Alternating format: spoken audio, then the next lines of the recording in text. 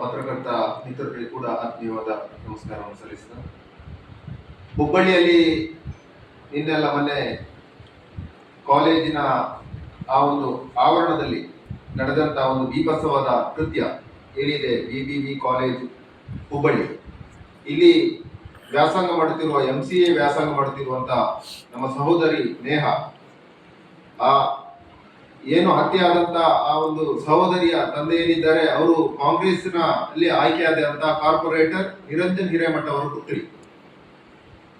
ಇವಳ ಒಂದು ಬೀಭತ್ಸವಾದ ಹತ್ಯೆಯನ್ನು ಫಯಾಜ್ ಅನ್ನತಕ್ಕಂಥ ಒಬ್ಬ ವ್ಯಕ್ತಿ ಮಾಡಿದ್ದಾನೆ. ಇದು ಜಿಹಾದಿ ಕೃತ್ಯವನ್ನ ನಮ್ಮ ಕರ್ನಾಟಕ ರಾಜ್ಯದಲ್ಲಿ ಮಾಡಿದ್ದಾರೆ. ಇದು ಬಹಳ ಒಂದು ಖಂಡನೀಯ. ಇದನ್ನು ಯುವ ಮೋರ್ಚಾ ಸುಳ್ಯ ಮಂಡಲ ಬಹಳ ಉಗ್ರವಾಗಿ ಖಂಡಿಸುತ್ತದೆ. ಇಂಥ ಕೃತ್ಯಗಳು ನಡೆದಾಗ ನಮ್ಮ ಸಹೋದರಿಯರು ಈ ಕಾಲೇಜಲ್ಲಿ ಇನ್ನು ಮುಂದೆ ಯಾವ ರೀತಿ ವಿದ್ಯಾಭ್ಯಾಸ ಮಾಡಬಹುದು ಅನ್ನತಕ್ಕಂಥ ಒಂದು ಚಿಂತನೆ ನಮಗೆಲ್ಲರೂ ಕೂಡ ಪ್ರಾರಂಭ ಆಗಿದೆ. ನಾವೆಲ್ಲ ಯೋಚನೆಯನ್ನ ಮಾಡಬೇಕು. ಈ ಗಣ ಸರ್ಕಾರ ಏನಿದೆ, ಈಗ ರಾಜ್ಯದಲ್ಲಿ ಆಡಳಿತ ಮಾಡತಕ್ಕಂಥ ಕಾಂಗ್ರೆಸ್ ಸರ್ಕಾರ ಏನಿದೆ, ಇದು ಯಾವುದೇ ಒಬ್ಬ ವ್ಯಕ್ತಿ ಹೇಳಿ ಕೂಡ ಭಯಭೀತವಾಗಿ ಬದುಕುವಂತ ಒಂದು ವ್ಯವಸ್ಥೆ, ಒಂದು ವಾತಾವರಣವನ್ನು ನಿರ್ಮಾಣ ಮಾಡ್ತಾ ಇದೆ. ಇದನ್ನ ಉಗ್ರವಾಗಿ ಯುವ ಮೋರ್ಚಾ ಖಂಡಿಸುತ್ತದೆ. ಭಾರತೀಯ ಜನತಾ ಪಾರ್ಟಿ ಎಲ್ಲ ಯುವಕರ ತಂಡ, ಯುವ ಮೋರ್ಚಾದ ತಂಡ ಇದನ್ನು ಉಗ್ರವಾಗಿ ಖಂಡಿಸ್ತಾ ಇದೆ. ನಾವೆಲ್ಲರೂ ಕೂಡ ಮಾಧ್ಯಮದಲ್ಲಿ ನೋಡಿರ್ಬೋದು, ಇವತ್ತು ನಮ್ಮ ಸರ್ಕಾರದ ಮುಖ್ಯಮಂತ್ರಿಗಳು ಈ ಒಂದು ವಿಷಯವನ್ನ ಬಹಳಷ್ಟು ಒಂದು ಸಣ್ಣ ವಿಷಯವನ್ನಾಗಿ ಪರಿಣಮಿಸಿ ಅವರು ಏನೊಂದು ಹೇಳಿಕೆಯನ್ನು ಕೊಡ್ತಾರೆ, ಇದೊಂದು ವೈಯಕ್ತಿಕ ವಿಷಯ ಅನ್ನತಕ್ಕಂಥ ಹೇಳಿಕೆಯನ್ನು ಕೊಡ್ತಾರೆ. ಒಂದು ಸರ್ಕಾರದ ಒಂದು ಒಳ್ಳೆಯ ಹುದ್ದೆಯನ್ನು ಅಲಂಕರಿಸಿದಂತ ಒಬ್ಬ ವ್ಯಕ್ತಿ ಈ ತರದ ಒಂದು ಹೇಳಿಕೆಯನ್ನು ಕೊಟ್ಟಾಗ ನಮ್ಮ ಸಾಮಾನ್ಯ ಮನುಷ್ಯರು, ಈ ಸರ್ಕಾರದ ಅಡಿಯಲ್ಲಿ ಇರತಕ್ಕಂಥ ಪ್ರಜೆಗಳು, ಒಬ್ಬ ವಿದ್ಯಾರ್ಥಿಗಳು ಯಾವ ರೀತಿ ಬದುಕಬೇಕು, ಇದನ್ನ ಆಲೋಚನೆಯನ್ನ ಮಾಡಬೇಕು. ಸರ್ಕಾರ ಈ ಏನು ಹತ್ಯೆಯನ್ನ ಮಾಡಿದ್ದಾನೆ, ಕೂಡಲೇ ಇದರ ಬಗ್ಗೆ ಕ್ರಮವನ್ನು ಕೈಗೊಳ್ಳಬೇಕು. ಇದು ಈಗ ಚುನಾವಣಾದ ಒಂದು ವಿಷಯದ ಕಾರಣ ನಾವು ಯಾವುದೇ ಒಂದು ಹೋರಾಟಗಳನ್ನ ಮಾಡಲಿಕ್ಕೆ ವ್ಯವಸ್ಥೆಗಳಿಲ್ಲ. ಇಲ್ಲಾಂದ್ರೆ ನಾವು ಬೀದಿಯಲ್ಲಿ ನಿಂತು ಹೋರಾಟವನ್ನು ಮಾಡಿ ಇದಕ್ಕೆ ಸರಿಯಾದ ಒಂದು ನ್ಯಾಯ ಕೊಡಿಸುವಂತ ವ್ಯವಸ್ಥೆಯನ್ನು ಖಂಡಿತವಾಗಿ ಯುವ ಮೋರ್ಚೆ ಮಾಡ್ತಾ ಇತ್ತು. ಅದೇ ಪರಮೇಶ್ವರ್ ಒಬ್ಬ ಘನ ಸರ್ಕಾರದ ಒಬ್ಬ ಹುದ್ದೆಯಲ್ಲಿ ಇದ್ದುಕೊಂಡು ಒಬ್ಬ ವ್ಯಕ್ತಿ ಹೇಳ್ತಾನೆ, ಅವನು ಆಕಸ್ಮಿಕವಾಗಿ ಅವರ ವೈಯಕ್ತಿಕ ವಿಷಯಕ್ಕಾಗಿ ಆದಂತ ಕೊಲೆ ಅಂತ. ಅವರ ಮನೆಯಲ್ಲಿ ಆದಂತ ವ್ಯವಸ್ಥೆಗಳು ಆಗ್ಬೇಕಿತ್ತು, ಆಗ ಅವರಿಗೆ ಅರ್ಥ ಆಗ್ತಿತ್ತು ಇದು ಯಾವ ರೀತಿಯ ಕೊಲೆ ಅಂತ. ಒಬ್ಬ ಕಾಂಗ್ರೆಸ್ನ ಅವರದೇ ಪಕ್ಷದ ಒಬ್ಬ ಚುನಾವಣಾ ಪ್ರತಿನಿಧಿಯ ಮಗಳಿಗೆ ಆದಂತ ಅನ್ಯಾಯವನ್ನ ಇವತ್ತು ಭಾರತೀಯ ಜನತಾ ಪಾರ್ಟಿ ಖಂಡಿಸುವಂತ ಪರಿಸ್ಥಿತಿ ನಿರ್ಮಾಣ ಆಗಿದೆ ಅಂತ ಹೇಳಿದ್ರೆ ನಮ್ಮ ವಾತಾವರಣ, ನಮ್ಮ ಸರ್ಕಾರ ಯಾವ ರೀತಿ ಅಂತ ತಿಳ್ಕೊಳ್ಬೇಕು ನಾವು. ಇದನ್ನ ಮುಂದಿನ ದಿನಗಳಲ್ಲಿ ಎಲ್ಲ ನಮ್ಮ ABP ಇರ್ಬೋದು, ನಮ್ಮ ಸಂಘ ಪರಿವಾರ ಇರ್ಬೋದು, ಯಾವುದೇ ಎಲ್ಲ ನಮ್ಮ ಪರಿವಾರ ಸಂಘಟನೆಗಳು ಬಹಳ ತೀವ್ರವಾಗಿ ಖಂಡಿಸುತ್ತದೆ. ಮುಂದಿನ ದಿನಗಳಲ್ಲಿ ಇದಕ್ಕೆ ಇಂಥ ಹೋರಾಟಗಳು ನಿರಂತರವಾಗಿ ಆಗ್ತದೆ. ಇಂಥ ಕೃತ್ಯಗಳು ನಡೆದಾಗ ಯೋಗೀಶ್ವರ ಮಾದರಿಯ ಸರ್ಕಾರ ಬರಬೇಕು ಅಂತ ಹೇಳಿ ನಾವು ಆಗ್ರಹವನ್ನು ಮಾಡ್ತಾ ಇದ್ದೇವೆ. ನಮ್ಮ ಮುಂದಿನ ದಿನಗಳಲ್ಲಿ ಇಂಥ ಸರ್ಕಾರ ಬರಲಿಕ್ಕೆ ಎಲ್ಲ ಯುವಕರು ಕೂಡ ಕೈ ಜೋಡಿಸಿ ಮುಂದಿನ ದಿನಗಳಲ್ಲಿ ಇದಕ್ಕೆ ತಕ್ಕವಾದ ಪಾಠವನ್ನು ಕೊಡ್ಲಿಕ್ಕೆ ನಾವೆಲ್ಲರೂ ಸಿದ್ಧವಾಗಿದ್ದೇವೆ. ಮುಂದಿನ ದಿನಗಳಲ್ಲಿ ಇಂಥ ಪರಿಸ್ಥಿತಿಯನ್ನ ಬರಲೇಬಾರದು. ಇಂಥ ಪರಿಸ್ಥಿತಿ ನಿರ್ಮಾಣ ಆದರೆ ಮುಂದಿನ ದಿನಗಳಲ್ಲಿ ನಾವು ಹೋರಾಟ ಶತಸಿದ್ಧ ಅಂತ ಹೇಳುವಂತ ಮಾತುಗಳನ್ನು ಹೇಳ್ತಾ, ನಮ್ಮ ಯುವ ಮೋರ್ಚಾದ ಉಪಾಧ್ಯಕ್ಷರಾಗಿರ್ತಕ್ಕಂಥ ಲತೀಶ್ ಗುಂಡಿ ಅವರು ಮಾತಾಡ್ತಾರೆ. 2 ದಿನಗಳ ಹಿಂದೆ ನಡೆದಿರತಕ್ಕಂಥ ನೇಹ ಹಿರೇಮಠ ಅನ್ನತಕ್ಕಂಥ ವಿದ್ಯಾರ್ಥಿನಿಯ ಸಾವು ಕಳೆದ ತುಂಬಾ ವರ್ಷಗಳಿಂದಲೂ ಕೂಡ ಸಂಘ ಪರಿವಾರ ಹೇಳಿಕೊಂಡು ಬಂದಿದೆ. ಲವ್ ಜಿಹಾದ್ ಅನ್ನುವಂಥದ್ದು ನಡೀತಾ ಇದೆ ಅನ್ನುವಂಥದ್ದನ್ನು ಹೇಳ್ತಾ ಬಂದಿದೆ. ಜಿಹಾದ್ ಕೃತ್ಯಗಳು ನಡೀತಾ ಇದೆ ಅನ್ನುವಂಥದ್ದು ಹೇಳ್ತಾ ಬಂದಿದೆ. ಆದರೆ ಬಂದಿರತಕ್ಕಂಥ ಸರ್ಕಾರ ತನ್ನ ವೋಟು ಬ್ಯಾಂಕಿಗೋಸ್ಕರ ಇವತ್ತು ಅವೆಲ್ಲವನ್ನು ಕೂಡ ಅವರನ್ನು ನಮ್ಮ ಸಹೋದರರು ಅನ್ನುವ ರೀತಿಯಲ್ಲಿ ಬಿಂಬಿಸಿಕೊಂಡು ಇವತ್ತು ಅವರನ್ನು ಪ್ರೋತ್ಸಾಹಿಸ್ತಕ್ಕಂಥ ಕೆಲಸವನ್ನು ಮಾಡ್ತಾ ಇದೆ.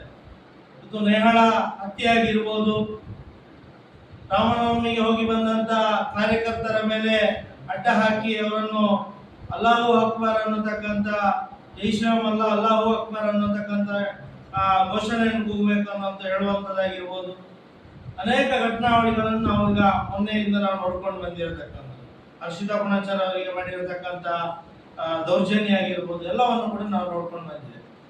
ಇಂತಹ ಒಂದು ಮನಗಟ್ಟಿರತಕ್ಕಂಥ ಸರ್ಕಾರ ಅಂತ ಹೇಳುವಂತ ನಾವು ಅದನ್ನು ಹೇಳ್ಬೋದು.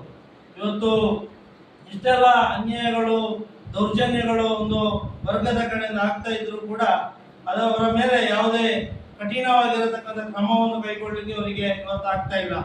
ಅವರಿಗೆ ಯಾವುದೇ ಶಿಕ್ಷಣವನ್ನು ಒಳಪಡಿಸಲಿಕ್ಕೆ ಕೂಡ ಇವರಿಗೆ ಇವತ್ತು ಕಷ್ಟ ಆಗ್ತಿದೆ.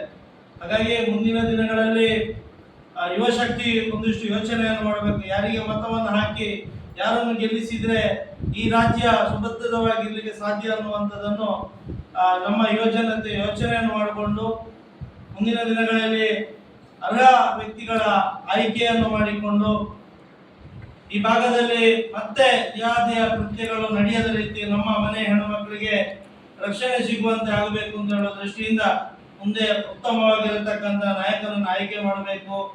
ಹಾಗೆಯೇ ಈ ಸರ್ಕಾರ ಇಂಥ ಘಟನಾವಳಿಗಳು ಮತ್ತೆ ಮುನ್ನಡೀತಾ ಬಂದ್ರೆ ಇಡೀ ಯುವ ಜನತೆ ಯುವ ಮೋರ್ಚಾ ರಸ್ತೆಯಲ್ಲಿ ನಿಂತು ಅದನ್ನು ಪ್ರತಿಭಟಿಸತಕ್ಕಂಥ ಕೆಲಸವನ್ನು ಕೂಡ ಮುಂದೆ ಮಾಡಲಿಕ್ಕಿದೆ ಅಂತ ಹೇಳುವಂತ ಹೇಳ್ತಾ ಇದ್ದಾರೆ. ಇತ್ತೀಚೆಗೆ ಪ್ರತಿಭಟನೆಯಲ್ಲಿ ಅವಳ ತಾಯಿ ನಮ್ಮನ್ನು ಮೋದಿ ಹತ್ರ ಕರ್ಕೊಂಡು ಹೋಗಿ ಸಂಸದರಲ್ಲಿ ನೀಡಿದರು. ಅವರ ಭರವಸೆ ನೀಡಿದ್ರು ಸಂಸದರು. ಇದುವರೆಗೂ ಅದು ಕೈಗೂಡಿಲ್ಲ. ಅದಕ್ಕೆ ಯುವ ಮೋರ್ಚಾ ಯಾವ ರೀತಿಯ ನಿಲುವು ವಿದ್ಯಾರ್ಥಿ ಪರಿಷತ್ ಹೋರಾಟವನ್ನು ಮಾಡಿ ಆ ಒಂದು ಸಂದರ್ಭದಲ್ಲಿ ಆ ಆರೋಪಿ ಏನು ಆ ಒಂದು ತನಿಖೆ ಅದು ಒಂದು ಹಂತದಲ್ಲಿ ಆಗ್ತಾ ಇತ್ತು. ಆಗ ಬಹಳಷ್ಟು ಸೂಕ್ಷ್ಮವಾದ ವಿಚಾರ ಒಂದು ಹಂತದಲ್ಲಿ ಆಗ್ತಾ ಹೋಯಿತು. ಆದರೆ ಮುಂದಿನ ದಿನಗಳಲ್ಲಿ ಅದು ನಮಗೆ ನೈಜ ಆರೋಪಿಯ ಪತ್ತೆ ಆಗಲಿಲ್ಲ. ಆ ತರದ ನಿರ್ಮಾಣಗಳು ನಮಗೆ ಮನಗಂಡು ನಾವೆಲ್ಲರೂ ಕೂಡ ಭಾರತೀಯ ಜನತಾ ಪಾರ್ಟಿಯ ನಾವು ಏನಿದ್ದೇವೆ, ನಾವು ಯುವ ಮೋರ್ಚಾದ ನಮ್ಮ ತಂಡ ಎಲ್ಲರೂ ಕೂಡ ಇದರ ಬಗ್ಗೆ ಹೋರಾಟವನ್ನು ಮಾಡಿದೆ. ಈಗ ಕೂಡ ಹೋರಾಟವನ್ನು ಮಾಡ್ತಾ ಇದೆ. ಅವರ ಜೊತೆ ಅವರ ಮನೆಯವರ ಜೊತೆ ಭಾರತೀಯ ಜನತಾ ಪಾರ್ಟಿ ಇದೆ, ಯುವ ಮೋರ್ಚಾ ಕೂಡ ಇದೆ. ಆದ್ರೆ ಇವಾಗ ಆ ಮನೆಯವರು ಏನು ಮೋದಿಯವರ ಹತ್ರ ಕರ್ಕೊಂಡು ಹೋಗ್ಬೇಕು ಅಂತ ಹೇಳಿ ನಮ್ಮ ಸಂಸದರ ಹತ್ರ ಕೇಳಿಕೊಂಡರು. ಅದು ಅವರು ಒಂದು ಹಂತದಲ್ಲಿ ಅದಕ್ಕೆ ಪ್ರಯತ್ನವನ್ನ ಮಾಡಿದ್ದಾರೆ. ಅದು ಏನು ಸರ್ಕಾರಕ್ಕೆ ಮುಟ್ಟಿಸುವಂತಹ ವ್ಯವಸ್ಥೆಯನ್ನ ಸಂಪೂರ್ಣವಾಗಿ ಮಾಡಿದ್ದಾರೆ. ಏನು ಅಲ್ಲಿ ಕೇಂದ್ರದಲ್ಲಿ ಏನು ಅದನ್ನು ಆ ವ್ಯವಸ್ಥೆಯ ಬಗ್ಗೆ ಆ ತನಿಖೆಯ ಬಗ್ಗೆ ಏನು ಮಾಡಬೇಕು ಅದನ್ನು ನಿರ್ಧಾರವನ್ನು ಮಾಡಿದೆ. ಈಗ ಅದು ಏನಿದ್ರು ಕೂಡ ಕಾನೂನಾತ್ಮಕವಾಗಿ ಹೋರಾಟ ಆಗ್ತಾ ಇದೆ. ಯಾವುದೇ ಸರ್ಕಾರ ಒಂದು ನೇರವಾಗಿ ಈ ವಿಷಯದ ಬಗ್ಗೆ ಏಕಾಏಕಿ ನಿರ್ಧಾರಗಳನ್ನು ಕೈಗೊಳ್ಳಿಕ್ಕೆ ಸಾಧ್ಯ ಆಗುದಿಲ್ಲ. ಮುಂದಿನ ದಿನಗಳಲ್ಲಿ ಕೂಡ ನಾವು ಈ ಹೋರಾಟದ ಹಿಂದೆ ನಾವು ಖಂಡಿತವಾಗಿ ನಾವಿದ್ದೇವೆ. ಈಗ ಏನು ಅವರು ಆರೋಪಗಳನ್ನ ಆ ಒಂದು ಹೋರಾಟಗಾರರು ಮಾಡ್ತಾ ಇದ್ದಾರೆ, ಇದು ನಿಜವಾದ ಆರೋಪಗಳಲ್ಲ. ನಾವು ಮಾಡ್ತಾ ಇರುವುದು ಈಗ ನಾವು ನಿಜವಾದ ಹೋರಾಟಕ್ಕೆ ನಾವು ಕ್ರಮಬದ್ಧವಾಗಿ ಏನು ಕೆಲಸವನ್ನ ಕೈಗೊಳ್ಬೇಕು ಅದನ್ನು ಖಂಡಿತವಾಗಿಯೂ ನಾವೆಲ್ಲರೂ ಕೂಡ ಮಾಡ್ತೇವೆ. ಸೌಜನ್ಯದ ಹೋರಾಟ, ಅವಳು ನಮ್ಮ ಮನೆಯ ಸಹೋದರಿ, ನಮಿಗೂ ನೋವಿದೆ.